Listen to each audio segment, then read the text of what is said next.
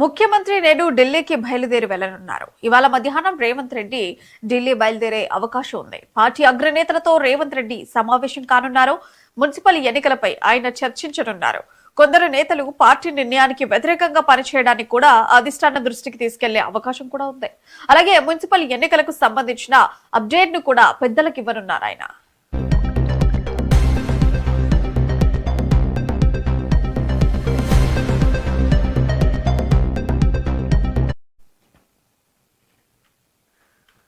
Jadcherla Congress MLA Anirudh Reddy Pawan Kalyan పై చేసిన అనుచిత వ్యాఖ్యలపై జనసేన తెలంగాణ రాష్ట్ర ప్రచార కార్యదర్శి ఆర్కే సాగర్ తీవ్ర స్థాయిలో మండిపడ్డారు.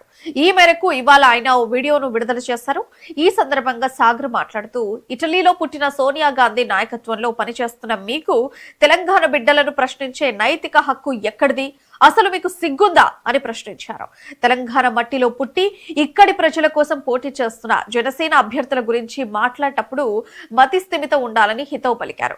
జనసేన అధినేత పవన్ కళ్యాణ్ వ్యక్తిత్వం, రాజకీయ పోరాటం గురించి మాట్లాడే స్థాయి అనిరుద్ రెడ్డికి లేదని సాగర్ స్పష్టం చేశారు. అసలు అనిరుద్ రెడ్డి ఎమ్మెల్యేగా ఎలా గెలిచారో నియోజకవర్గ ప్రజలకే అర్థం కావటం లేదన్నారు. ప్రజలకు కష్టం వస్తే ఆదుకునే గుణం పవన్ కళ్యాణ్ది అని కామెంట్ చేశారు.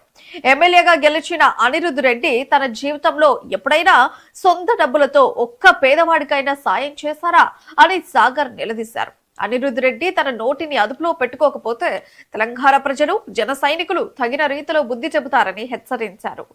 ఈరోజు అనిరుద్ రెడ్డి కాంగ్రెస్ పార్టీ శాసనసభ్యుడు మతి స్థిమితం లేకుండా పిచ్చి పిచ్చిగా మాట్లాడుతున్నాడు. ఈయన శాసనసభ్యుడు అన్నాడు కూడా నాకు మనసు రావట్లేదు. అసలు ఈయన ఎమ్మెల్యే ఎలా అయ్యారో కూడా అర్థం కావట్లేదు. తెలంగాణలో పుట్టి తెలంగాణలో పెరిగి తెలంగాణలో పోటీ చేసే అభ్యర్థుల గురించి ఈయన పిచ్చి పిచ్చిగా మాట్లాడుతున్నారు. సిగ్గుండాలా? అసలు మీకు సిగ్గుందా?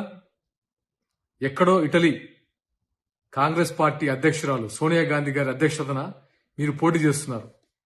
మీకు సిగ్గుందా? ఒకసారి ఆలోచించుకోండి. మీకు రాజ్యాంగ విలువలు, ప్రజాస్వామ్యం తెలియకుండానే ఎమ్మెల్యే అయిపోయారు. ఎవరు ఎక్కడి నుంచి అయినా పోటీ చేయొచ్చు ఆ మాత్రం తెలియకుండా ఎమ్మెల్యే అయిపోయారు.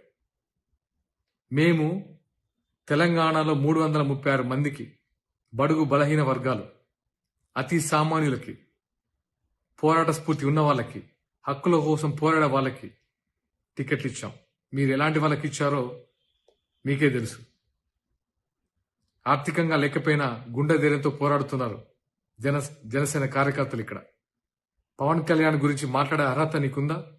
నీ జీవితంలో ఎప్పుడైనా నీ సొంత మనీ తీసి నీ నియోజకవర్గ ప్రజలకు ఇచ్చావా? పవన్ కళ్యాణ్ గారు పదవిలో ఉన్నా లేకపోయినా సరే ఆయన స్వంత మనీని, కుటుంబాన్ని పక్కన పెట్టి సరి అందరికీ